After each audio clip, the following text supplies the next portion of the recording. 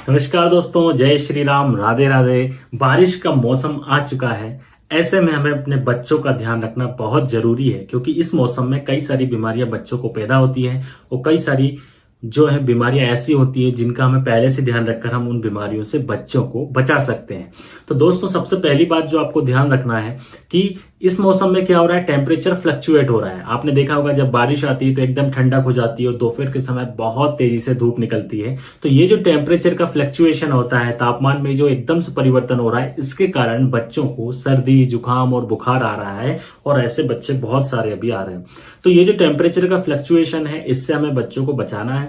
तो उसके लिए हम क्या कर सकते हैं, गर्म ठंडे से हम बच्चों को बचाएं। एकदम गर्मी से बिल्कुल ठंड के मौसम में नहीं लेकर जाएं, या एकदम हम कूलर और एसी से बाहर गर्मी में ना लेकर जाएं। तो ये जो टेम्परेचर का फ्लक्चुएशन है, इससे थोड़ा सा अपने बच्चों को जरूर बचा कर रखें, विशेष रूप से इस प्रकार के मौसम में। बच्चों को कपड़े पूरे कॉटन के पहनाएं, हल्के वस्त्र पहनाएं, ढीले कपड़े पहनाएं, लाइट कलर के कपड़े पहनाएं और कपड़े के जूते बिल्कुल भी ना पहनाएं, क्योंकि यदि जूते गीले हो जाएंगे तो उससे बच्चे के पैर में यदि गीलापन रहेगा तो वहां पर बच्चे को इचिंग हो सकती है, फंगल इन्फेक्शन हो सकता है। इसीलिए बिल्कुल जूते के कपड़े ना पहनाएं। और एक बात विशेष रूप से ध्यान रखें कि इस मौसम में जो सबसे कॉमन प्रॉब्लम होती है वो होती है स्किन की प्रॉब्लम, फंगल इन्फेक्शन। ऐसे बच्चे जो गीले कपड़े पहने हुए हैं, नमी वाले कपड़े पहने हुए हैं, तो उससे क्या होता है, बच्चों को इचिंग होने लगती है, शरीर में खुजलियां चलने लगती हैं, फंगल इन्फेक्शन इस मौसम में बढ़ जाते हैं। तो अपने बच्चों को आप हमेशा सूखे कपड़े पहनाएं जो पूरी तरह से एकदम ड्राई हो, और यदि बच्चा गीला हो गया है तो तुरंत उसको अच्छे से पोंछकर कपड़ों को तुरंत आप चेंज कर दें। इस बात का आप विशेष रूप से ध्यान रखें, नहीं तो ये इचिंग वाली जो प्रॉब्लम होती है बच्चों में बढ़ जाती है। आप चाहें तो अपने बच्चे को फ्लू का वैक्सीन भी लगवा सकते हैं। इसके अलावा बच्चों की इम्यूनिटी को स्ट्रांग करिए, क्योंकि यह मौसम ऐसा है जिसमें बच्चे को सर्दी, जुकाम और ये सब होता रहता है। तो यदि बच्चे की इम्यूनिटी स्ट्रांग रहेगी तो बच्चा बीमार नहीं होगा, उसको सर्दी खांसी नहीं होगा। बच्चों की इम्यूनिटी कैसे बढ़ाएं, यदि आप ये जानना चाहते हैं तो इसका एक पूरा डिटेल वीडियो मैंने एक बनाया है, उसकी लिंक मैं नीचे डिस्क्रिप्शन में दे रहा हूं। तो आप वहां पर देख सकते हैं कि आखिर हम बच्चों को क्या खिलाएं जिससे कि बच्चों की इम्यूनिटी स्ट्रांग हो।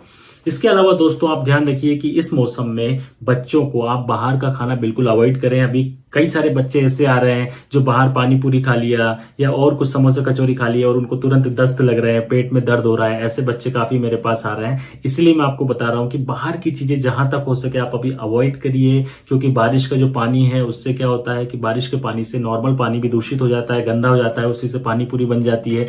वो जो पानी होता है वो बच्चों को नुकसान कर सकता है। इसलिए बाहर की चीजें बिल्कुल ना दें। जो भी आप घर में हरी सब्जियां और फल लेकर आ रहे हैं उनको बहुत अच्छे से धोकर ही खाएं, बिना धोए बिल्कुल बच्चे ना खाएं। जो भी हरी सब्जी आप लेकर आ रहे हैं वो देख लीजिए कि कहीं सड़ी हुई तो नहीं है, क्योंकि अगर थोड़ी सी भी सड़ी हुई है, ज्यादा पकी हुई है, तो वो भी दस्त को कर सकती है, बच्चे के अंदर उल्टी और दस्त कर सकती है, पेट में इंफेक्शन कर सकती है। इसलिए इस बात का भी आपको विशेष रूप से ध्यान देना है।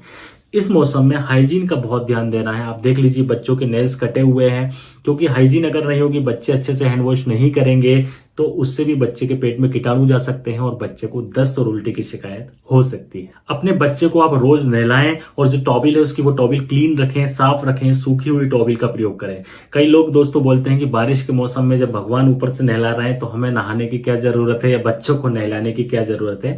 तो ऐसा बिल्कुल मत सोचिए। आपसे निवेदन है आप बच्चे को जरूर नहलाइए, नहीं तो आपका बच्चा बीमार पड़ सकता है। दोस्तों, नहाने से भी बच्चे की इम्यूनिटी स्ट्रांग होती है। जब बच्चे को आप डेली साबुन से अच्छे से नहलाते हैं तो जितने भी जर्म्स और कीटाणु उसके शरीर में लगे हुए होते हैं वो सब निकल जाते हैं। तो इससे बच्चे को अच्छा फील होता है। आप लोगों ने भी प्रैक्टिकल करके देखा होगा कि जिस दिन हम नहीं नहाते तो हमें कैसा लगता है, और हम डेली नहाते हैं तो नहाने के बाद में फ्रेशनेस फील होती है, एनर्जी फील होती है। इसलिए आप विशेष रूप से ध्यान रखें कि आपके बच्चे को जब आप स्कूल भेजते हैं तो नहाकर ही भेजें। इस बात को यदि आप पालन करेंगे तो आप देखेंगे कि आपका बच्चा स्वस्थ भी रहेगा और स्कूल में उसको पढ़ने में भी अच्छा लगेगा। वो जो भी चीजें पढ़ेगा वो उसको सब याद अच्छे से रहेंगी, क्योंकि उसके अंदर एक फ्रेशनेस होगी। और जो बच्चे ऐसा करते हैं, जो पेरेंट्स की स्कूल से आने के बाद बच्चों को नहलाते हैं, तो वो चीज सही नहीं है। उनके बच्चे स्कूल में सुस्त सुस्त डिम डिम से रहते हैं। तो आप कोशिश करिए कि आप नहलाकर ही भेजिए। आप गुनगुने पानी का प्रयोग कर सकते हैं। मैं ये नहीं कह रहा हूं कि आपको ठंडे पानी से ही नहलाना है। आप मौसम के हिसाब से देखकर आप चाहें तो, जैसे बारिश का मौसम है, थोड़ा सुबह सुबह ठंड रहती है तो हल्का गुनगुना पानी आप नहाने के लिए यूज कर सकते हैं। लेकिन कोशिश करिए कि बच्चों को नहाकर ही भेजिए, क्योंकि एक बार जैसे आप उनकी आदत डाल देंगे तो लाइफ टाइम के लिए उनकी आदत हो जाएगी और वो हमेशा सुबह उठकर ही नहाना शुरू कर देंगे। बारिश के मौसम में आप अपने बच्चों को स्वर्ण स्वर्ण प्राशन भी जरूर कराएं। स्वर्ण प्राशन से बच्चों की इम्यूनिटी बढ़ेगी, जिससे कि बारिश के मौसम में जो बच्चों को सर्दी जुकाम फ्लू बुखार आना ये सब होता है, ये सब नहीं होगा और बच्चा अंदर से स्ट्रांग रहेगा, मजबूत रहेगा और बीमार नहीं पड़ेगा। कई बार क्यों होता क्या है कि आपका बच्चा तो ठीक है, लेकिन जब बच्चा स्कूल जाता है तो वहां पर स्कूल में जो दूसरे बच्चों को सर्दी जुकाम होता है तो वो सर्दी जुकाम आपके बच्चे को भी लग जाता है। तो इस कंडीशन में आपके बच्चे को भी सर्दी जुकाम और बुखार हो जाता है। हो सकता है कई पेरेंट्स ने ये नोटिस किया हो, अभी स्कूल भेजना शुरू हो गए हैं, बच्चे स्कूल जा रहे हैं तो आपने नोटिस किया होगा। तो इसका यही सॉल्यूशन है कि आप अपने बच्चे को स्वर्ण प्राशन कराएं। तो स्वर्ण प्राशन करने से क्या होगा, आपके बच्चे की इम्यूनिटी स्ट्रांग होगी, तो जो दूसरे बच्चे को सर्दी जुकाम और बुखार है वो उसका असर आपके बच्चे के ऊपर नहीं होगा, क्योंकि आपके बच्चे के ऊपर एक रक्षा कवच तैयार हो जाता है। दोस्तों, जो हम स्वर्ण प्राशन देते हैं उससे एक रक्षा कवच तैयार होगा, आपके बच्चे की इम्यूनिटी स्ट्रांग होगी और बच्चा बीमार नहीं होगा।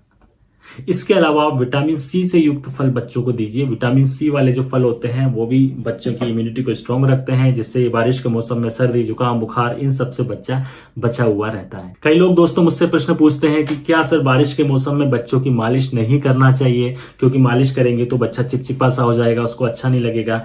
तो दोस्तों बिल्कुल आप मालिश कर सकते हो, लेकिन आपको एक बात का ध्यान रखना है कि मालिश आप कब करिए, नहाने के पहले करिए। आप नहाने के पहले अच्छे से मालिश कर दीजिए, तेल से मालिश करने के बाद में फिर बच्चे को आप नहला दीजिए।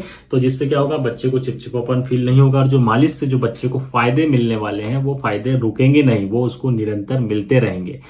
और मालिश नहलाने के बाद में जो आप मॉइस्चराइजर का प्रयोग करते हैं, तो कई लोग यह भी प्रश्न करते हैं कि सर क्या मॉइस्चराइजर लगाना चाहिए, क्योंकि वो चिपचिपा होता है तो उससे बच्चे को अच्छा फील नहीं होता। तो आप इस बात का ध्यान रखिए कि बिल्कुल लाइट मॉइस्चराइजर का प्रयोग करें। आप बहुत ज्यादा हैवी मॉइस्चराइजर ना लगाएं, एकदम लाइट मॉइस्चराइजर लगाएं जो चिपचिपा ना हो, जिससे लेकिन बच्चे की स्किन को स्मूथनेस मिलती रहे। तो इस तरह का मॉइस्चराइजर आप प्रयोग कर सकते हैं। तो ये सारी चीजें बारिश के मौसम में आपको विशेष रूप से अपने बच्चों के लिए ध्यान रखना है। दोस्तों यदि आप ये सारी बातों का ध्यान रखते हैं तो आपका बच्चा हमेशा स्वस्थ रहेगा, वो बीमार नहीं पड़ेगा।